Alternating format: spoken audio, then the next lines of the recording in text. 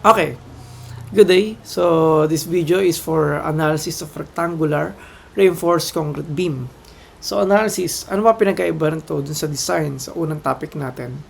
Diba? Ang analysis, given ng ES, hahanapin mo ang strength or capacity niya. While in the design, bibigay yung capacity or yung moment required, and hahanapin mo ngayon yung AS, nakakayanin yung moment na yun. So sa design, given ng strength, hanapin mo yung AS para ma-suffice yung strength na yun. Sa analysis, given ng AS, hanapin mo yung strength na kaya niyang gawin, yung capacity niya. Okay? So that's analysis. So dito, ang pag-aaral natin dito is reinforced rectangular beam section. Bakit, sir, may rectangular? Ano pa ba? Meron pa ba iba? Yes, meron pa irregular shape. Iba? So sa irregular shape, that's for next video. Pero usually kasi ang ginagamit is rectangular, di ba? Pag nasa site. Bakit? Mahirap kasing gawin yung irregular sa site. So mas madaling gamitin or gawin yung rectangular. So yun ang kadalasan ginagamit. So okay. For analysis of reinforced rectangular beam section, first is hanapin muna natin yung A or C. Yun yung kadalasan na ginagawa. Hanapin natin A o C. Bakit? Kasi di ba yung ang ending natin dito, maghahanap tayo ng moment, mahalaga yung A. Diba? So, hanapin natin A saka C. Through what? Through C is equal to T for SRB, and CC plus CS is equal to T for DRB. Sir, sa previous video, yung T1 saka T2, dalawa daw yun. Yes, but in this case kasi, binibigay na yung total number of rebar. So, mahirap na hanapin yung AS1, AS2. Though merong process, merong way for that. Pero mas madali ito na pagsamahin natin sila as T total. Okay?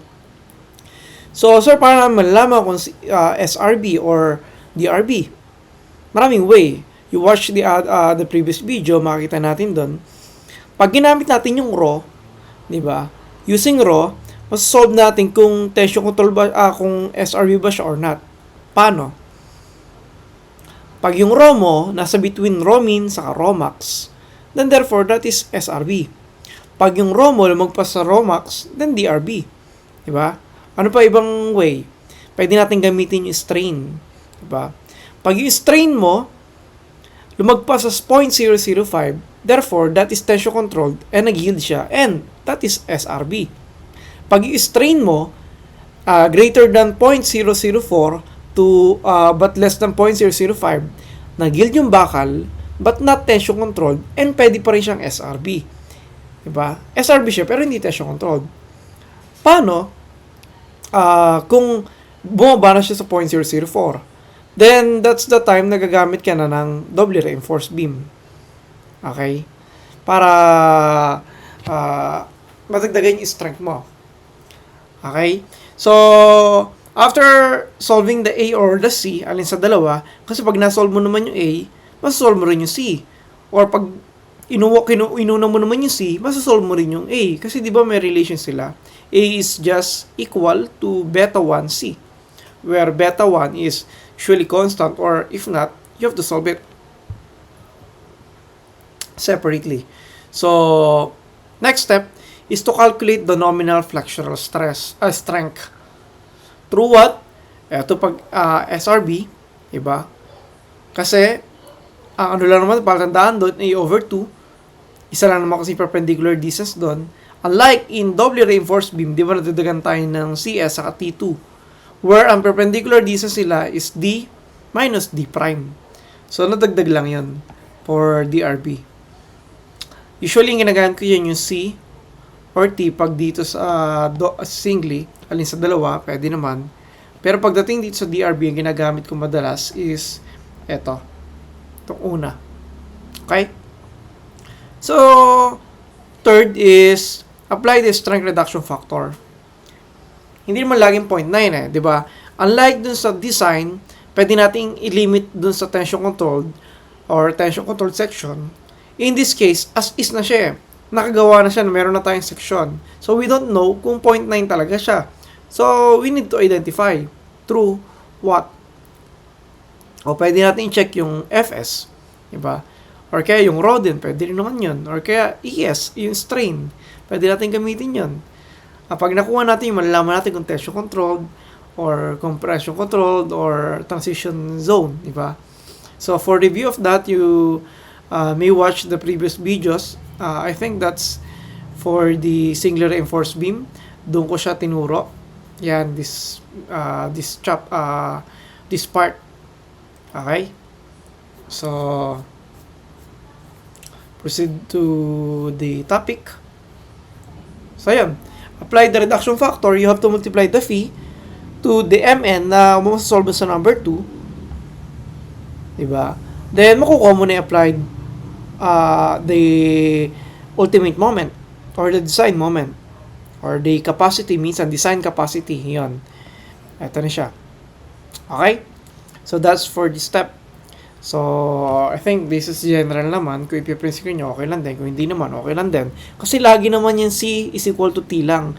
Ito, C is equal to T lang din. Compression is equal to tension. Nagkaiba lang is, nagkaiba yun sa concrete, nagkaiba yun sa steel. Kaya meron tayong concrete and steel compression block. Tapos, dito naman tayo sa tension. But, in general, that is just C is equal to T. Okay? So, let's proceed for the problem. Okay. A 4-meter reinforced concrete cantilever beam has a width of 300 mm and a total depth of 560 with an effective depth of 490. It is reinforced with 5 mm diameter tension bars. FC prime is 30 megapascal. Fy is 415 megapascal. In addition to live load and its own weight, the beam carries 150 mm thick concrete slab casted monolithically with the beam, with a tributary with the 4 meter. The unit weight of the concrete is 24 kilonewton meter cube. Use NCP 2015. And determine the net tensile. First question is determine the net tensile strain in the extreme tension steel. So that is the strain, di ba? Next is the calculate the design moment capacity of the beam. That is MU kasi design, di ba? Find the maximum uniform service live load acting over the entire span that can be supported by the beam. So that is live load. Para natin makukuha yun. Pag nakuha natin yung moment, meron tayong maximum moment. Ano maximum moment for cantilever? That is WL squared over 2. Diba? So if that's WL squared over 2, meron ka moment, you can solve the uniform load. Then uniform load, equate mo lang siya sa load combination. 1.2 dead load plus 1.6 live load, makukuha na natin yung live load. Okay? So, that is the problem. So, how do you solve it? So, siguro maganda, illustrate muna natin yung problem. Diba? So, let's say, you have a beam.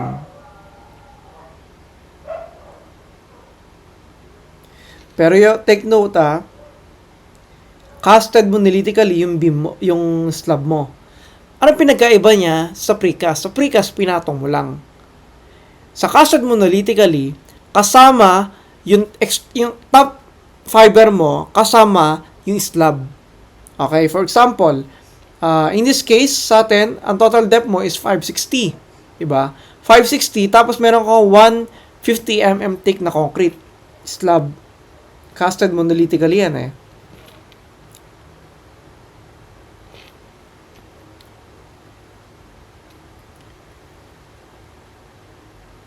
So, nasan yung 150 na yan? Ang 150 na yan, ito yung 150. This is the 150 mm. Okay? Nasan yung 560? Ang 560 is this.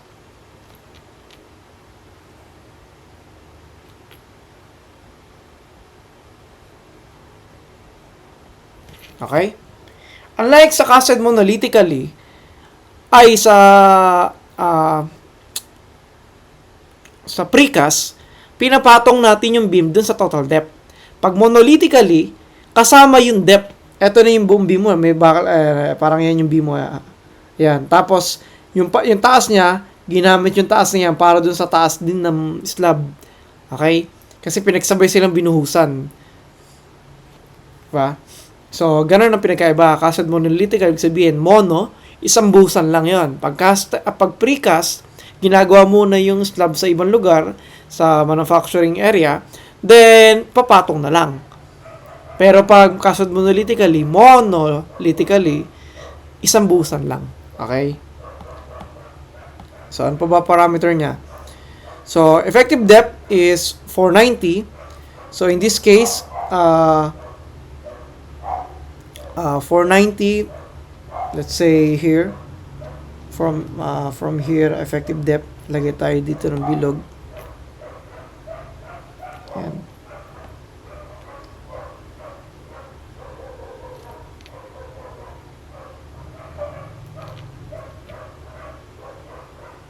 And this is 490.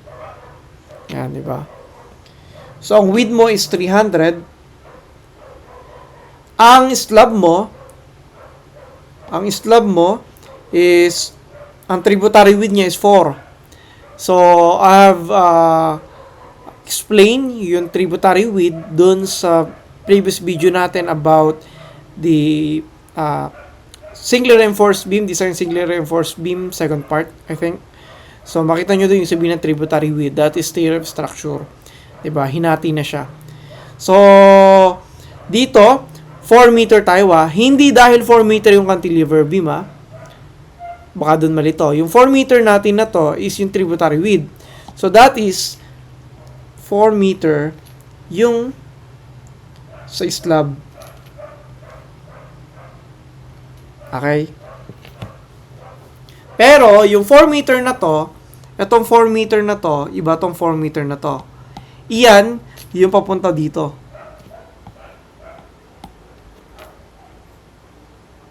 Okay.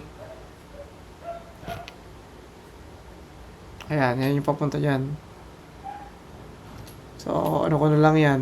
Kung ano na lang, hindi naman to naka-scale. So, if titingnan natin yan, ayan. Okay. So, ito yung 4 meter na yan. Itong 4 meter na yan, this is 4 meter. Okay. Itong 4 meter na to, ito yung green. Okay? So, that is the situation. Okay. First question is to identify or determine the net tensile strain in the extreme tension steel. So, that is strain lang naman. But, how do we solve that? Ano ba formula na strain? Formula ng strain natin from the previous video, ang strain daw is 0.003 multiply to dt over c minus 1. Kaya extreme fiber, kasi di ba dt yung sa extreme fiber natin. So, siguro balikan natin yung ano na yon, yung part na yon.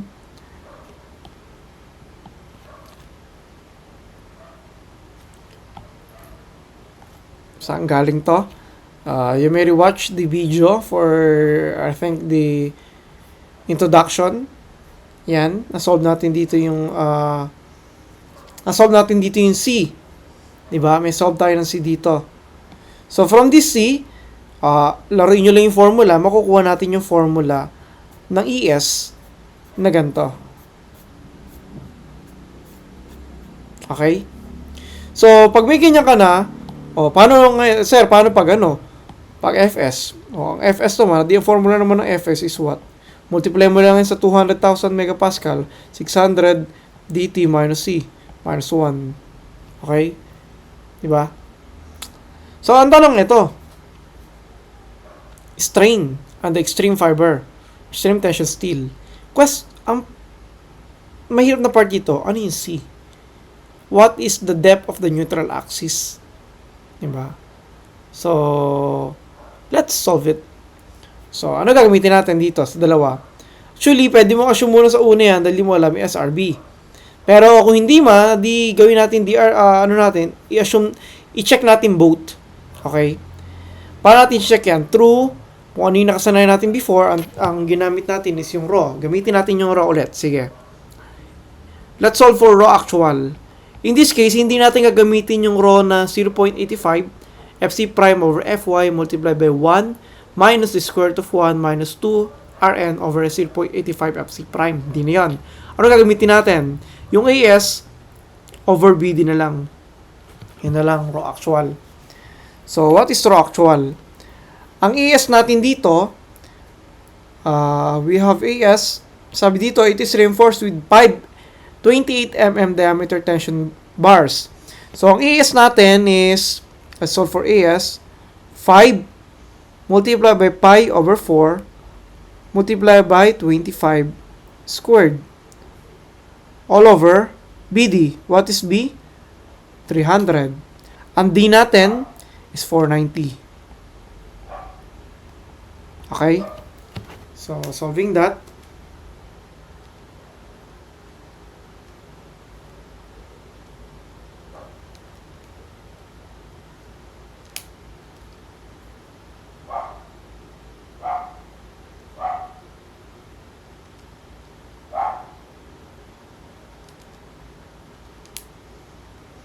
So, we'll have 0.020943.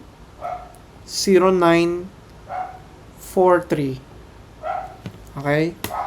So, next, that's our raw actual. Let's solve for the raw max. Solve natin both. Raw max TC and raw max 0.004. Diba? Konti lang ang pinagkaiba nila eh. 0.85 fc prime all over fy, diba? Multiply by beta 1. Ano pa multiplyan dito? 3 over 8 dt over d. Dito 0.85 fc prime over fy beta 1 3 over 7 kasi 0.004 ang strain natin dt over d, in which case this is just 1, di ba? Nagiging 1 lang naman to kadalasan. So, pag sinolve natin yan, ano lalabas? Ang beta natin dito, since our fc prime is 30 megapascal pala, so we have to solve beta pa muna. What is beta? So, dito ko na isolve yung beta natin. Ano ba ang beta natin? Di ba ang beta may formula? 0.85 minus 0.005 I think 0.05 over 7 of excess ng 28. Diba? Teka lang, pangit ang sulat natin.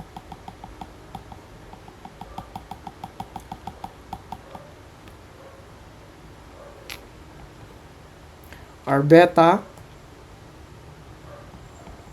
is just 0.85 minus 0.05 over 7, 30 minus 28. Diba? Ang beta 1 natin now would be 0.8357. Okay, so that's our beta. So, using that, makukuha natin yung, ilipat natin siya dito. Itong beta na to, gamitin natin sa beta na to. Then, FC prime natin is 30, Fy is 415. Then, we can solve now the raw max ng tensio controlled and ng code na 0.004.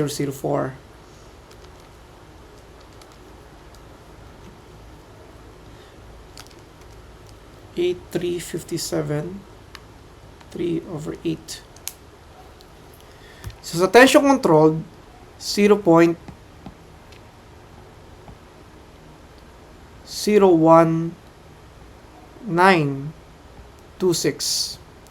Sa 0.004, just palitan mo lang yung 8 ng 7, 0.02201. Okay. Okay, hindi iba pala kulay na gamit natin. Therefore, ano masasabi natin dito? Yung raw actual natin is greater than raw max non-tension controlled. Diba? Kung sa design niya, pwede mong gawin doble. Kaso nga lang ngayon, as is tayo Pero, eto kasing raw natin is less than doon sa raw max natin na 0.004. Therefore, yung steel natin nag-yield but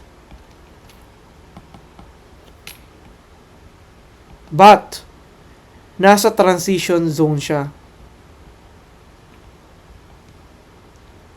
Or lagyan natin not in TC but not tension controlled. Okay? Nag-yield siya pero hindi siya tension controlled. Sabihin, nasa siya, transition zone. Kasi imposible yung compression control dyan kung nag-yield yung bakal. Okay? Kasi 'di ba, ang raw natin, pag nasa pagitan ng raw min and raw max, that is singly reinforced. Pag lumagpas ka doon, that is doubly reinforced. So in this case, lumagpas siya sa tension controlled. Kung gusto mong gawin yung section mo na tension controlled, magdodoble ka na dyan.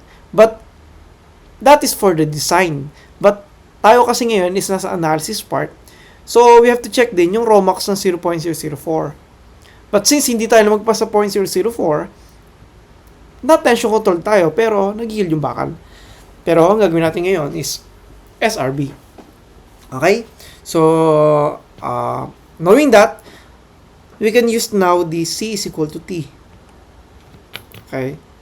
So, sa C is equal to T, solve for, ang kadalasan yung nagamit ko is yung A. So, solve for A muna tayo. 0.85 FC prime AB is equal to AS BD. AS FY. Diba? First, we assume muna,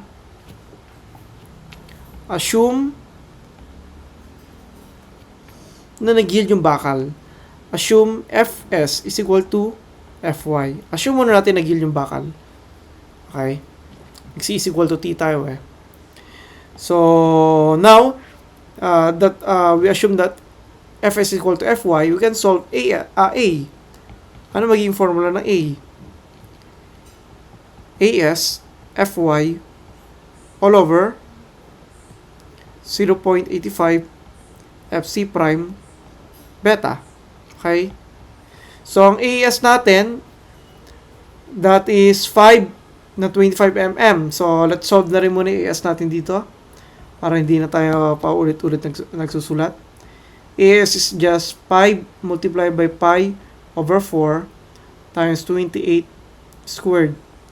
So, ang AES natin is pi over 4 times 5 times 28 squared. 980 pi. O, ganyan muna natin gawing form. Okay, so AS natin is 980 pi. Fy is 415 kasi na-assume muna natin. Mamaya, check natin. Over 0.85. Fc prime is 30. B is 300. So, we can get the A, which is 167.01 mm. So, that is A. Diba? Meron tayong A. So, now, let's solve for C. Ang C natin is A over beta lang. Diba? So, 167.01 all over, ang beta natin, anong beta natin? Our beta is 0.8357. So, our C would be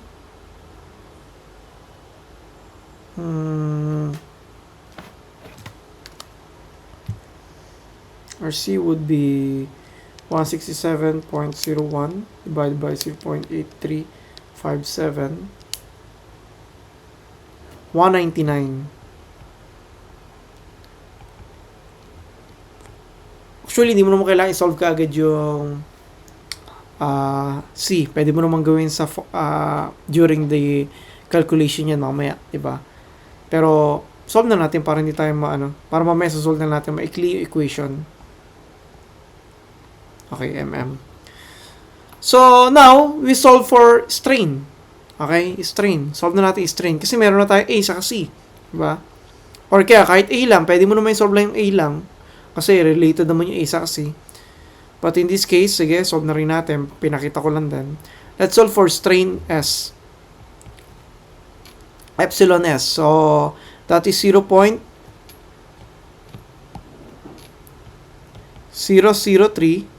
multiplied by dt. Ang dt natin is the, for this case, wala naman sinabi pa kasi.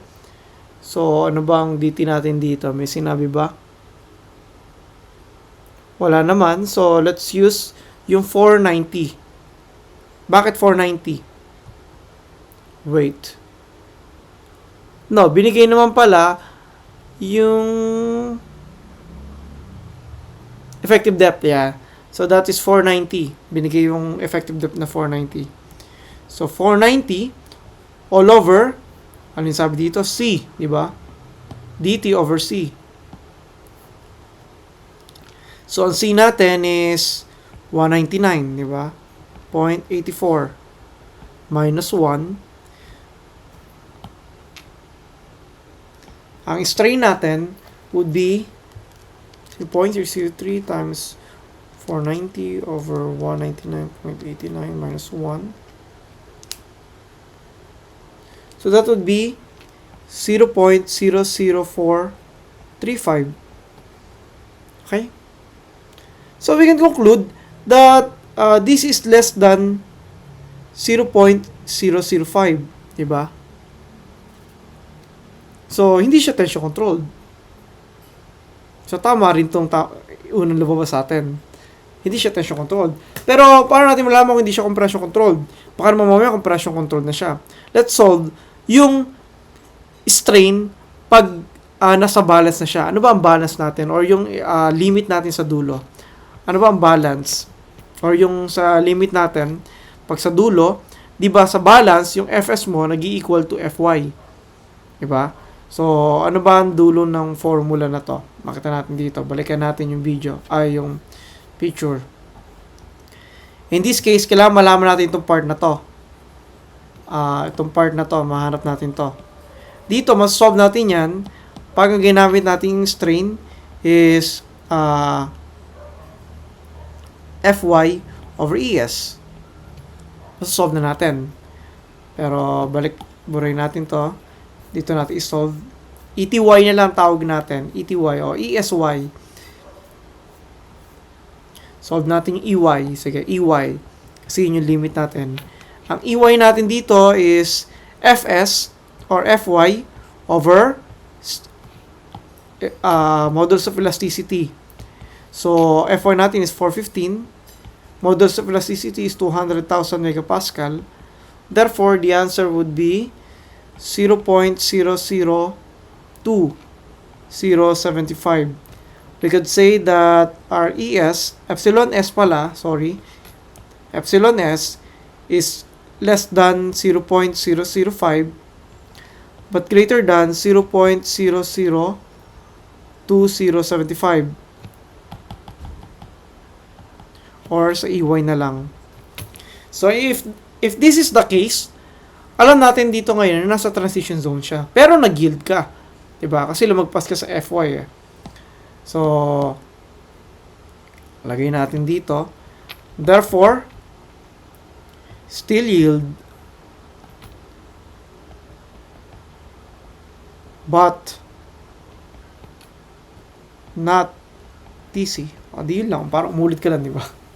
So, in this case, na-prove din natin na hindi nag-yield yung bakal, di ba? Itong part na to, na-prove din natin. So, tama lang yung ginamit natin na Fy. Okay? So, what's the answer muna? dito sa first question. Ang first question is the strain eh. The answer would be this one. Okay? So that's the answer. So first question. So that is, lagay ko na rin.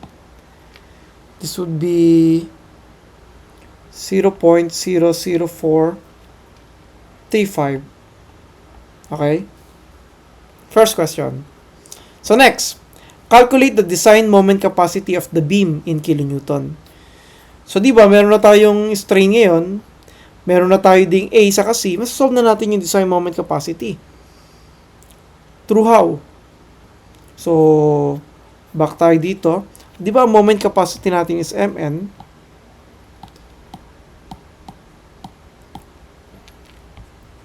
Mn equals to C D minus A over 2. Pwede rin yan. Pwede mong gamitin yan. May A ka na eh.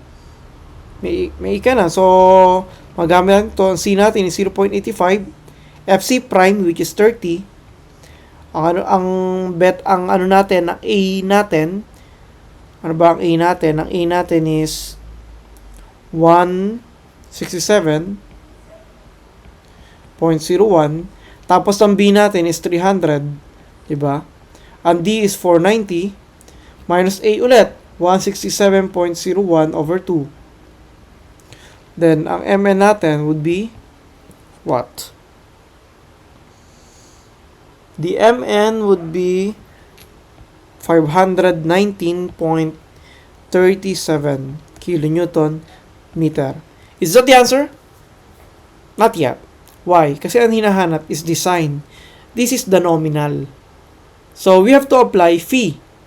But, ano ang phi natin? Babalik tayo dito. Ano ang phi natin? Okay. Dito sa chart natin na una. Ano ang phi natin? Alam natin na yung strain natin nasa pagitan nito. Therefore, hindi natin pwedeng gamitin yung phi na 0.9. Kasi that is for tension control lang. Pag lumagpas ka sa 0.005. Since nandito tayo sa pagitan, nasa ano tayo? Transition zone. So, tayo is hindi tayo spiral, others tayo, naka-ties tayo. Ang gagamitin natin is itong formula na to.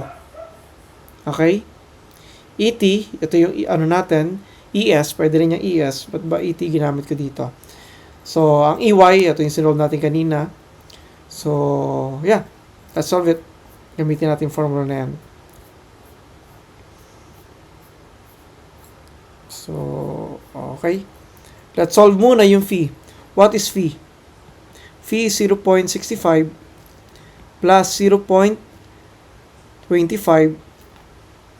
ng strain S minus strain Y over 0.005 minus strain Y. Diba? Where kaya na mag-substitute, where our epsilon S is what? 0.00485. Ang strain Y natin is 0.002075. Then, masasolve natin yung phi. Ano lalabas natin na phi? Ang phi natin na lalabas is 0.8444. Okay? So, now, makukuha natin yung moment, which is 0.8444 multiplied to the nominal, which is 519.37. We can solve the mu, which will be 438.56 kilonewton meter. Okay, so this is the next answer.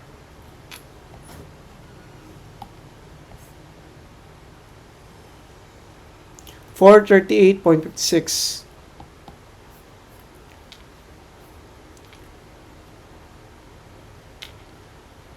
$438.56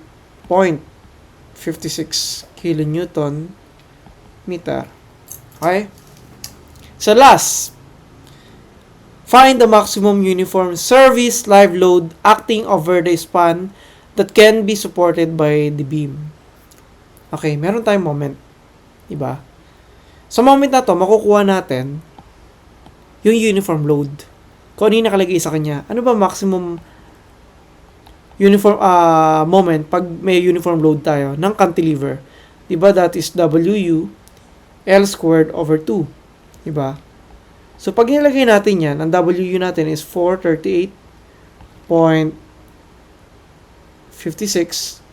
is equal to WU. Ang L natin is 4 meters over 2.